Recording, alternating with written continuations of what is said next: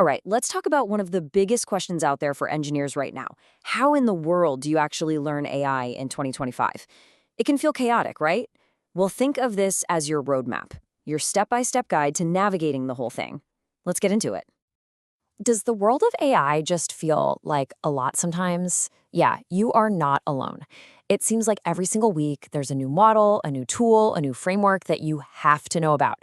It is so easy to get lost or just feel paralyzed about where to even begin. But don't worry, we're going to cut through all that noise and give you a really clear, actionable plan. So here's how we're going to break it all down. First, we'll get a feel for the AI maze itself. Then we'll talk about the one non-negotiable starting point for everyone, Python. After that, you'll come to a major fork in the road where you'll have to choose a path, core versus applied. We'll explore both of those journeys in detail. And finally, we'll wrap up with some key rules of the road that everyone needs to know, no matter which path you're on. Okay, first things first. Let's just acknowledge why learning AI can feel like you're trying to solve a maze. You know, in the dark, while it's changing shape. The real problem is just the insane speed of innovation. Seriously, what was absolutely cutting edge 6 months ago is kind of standard today. And that pace creates this constant feeling like you're falling behind. That's exactly why we're basing this whole roadmap on some fantastic advice from AI researcher Rishab. He's seen both sides of the industry and has a super clear way of finding the signal in all the noise. So, with all that chaos, where does every single person start? Well, the answer is actually really simple, and that's our next section. You gotta know Python. Look, before you can build the future, you have to speak its language. In an AI, that language is without a doubt Python. You don't need to be some kind of programming god, but you absolutely have to have a solid grip on the basics. You know, things like loops and classes. And even more important, you've got to be comfortable with the big three libraries that basically run the AI world. NumPy for math, Pandas for handling data, and especially PyTorch. Rashab calls PyTorch the holy Bible of AI, and for good reason. It's the foundation for almost every single major AI model out there today. Okay, so once you've got your Python foundation solid, you're going to arrive at this massive fork in the road. And this is a big one. It's a choice that is really going to shape your entire learning journey from here on out. So this brings us to the two main paths. Over on the left, you've got the core AI researcher. These are the folks who are literally inventing the models. They're building new architectures and pushing the science of it all forward. It is a very theoretical, very math-heavy path. Then on the right, you've got the applied AI engineer. They take those amazing models that the researchers build and use them to create real-world products. This path is less about theory and way more about full-stack skills, product sense, and just moving fast. So which one of those sounds more like you? Let's dive into that first path. If you're fascinated by how these things actually work, I mean really work deep down, and you want to be the one building the next generation of models, then this section is for you. The core AI journey is, well, it's a deep dive. You build up your knowledge layer by layer. You're going to start with the classic, timeless ideas of machine learning. Then you move into the engine of all modern AI, deep learning and neural networks. From there, you have to pick a specialty. Master the game-changing transformer architecture. That's the magic behind models like GPT. And then finally, you put it all together to build the massive large language models that are literally changing the world.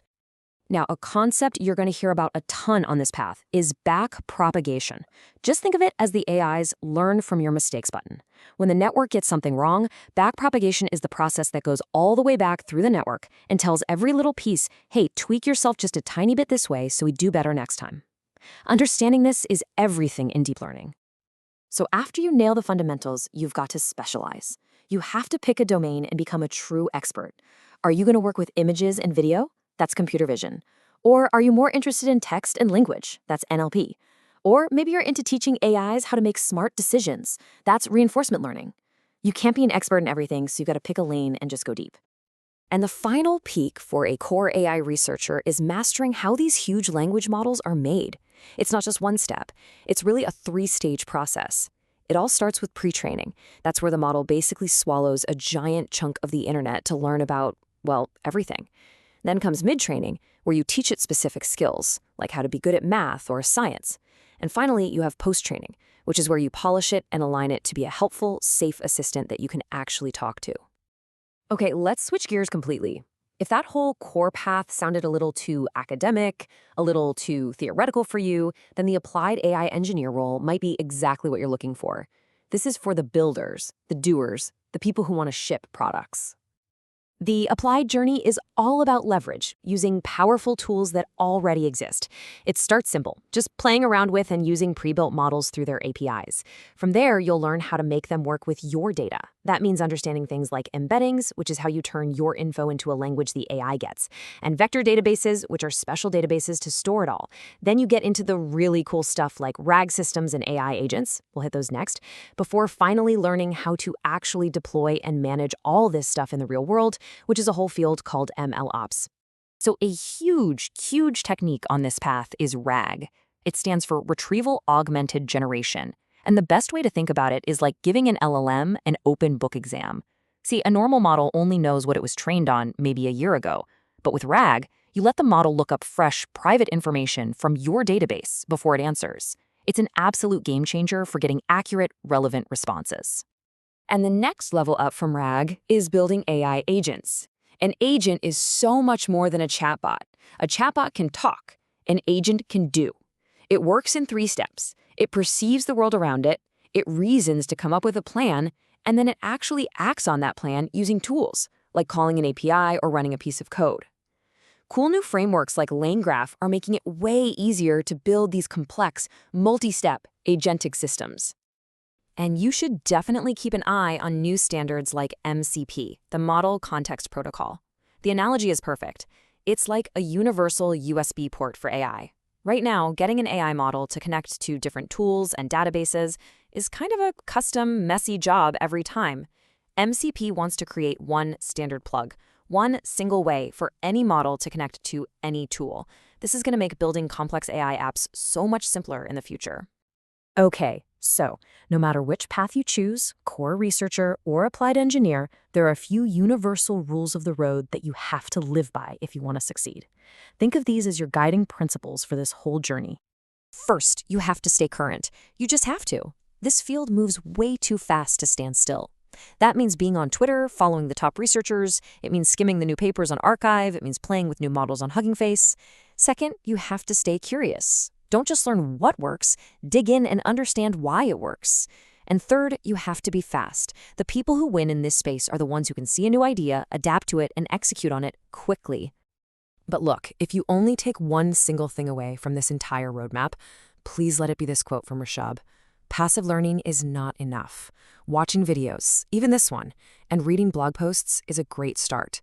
But the real learning, the deep understanding, it only comes from getting your hands dirty and building stuff. Projects are where it all clicks. And just remember, there is no better path here. Not at all. The industry is desperate for both. It needs those deep-thinking core AI researchers who are going to invent the next big thing, and it needs the fast-moving applied AI engineers who can turn those breakthroughs into products that we can all actually use. The key is just to know yourself, know your own strengths, and pick the path that feels right for you. So, there it is, your complete roadmap for learning AI in 2025. You know where to start, you understand the 2 big paths you can take, and you know the rules of the road. The map is in your hands. The only question left is, what are you going to build first?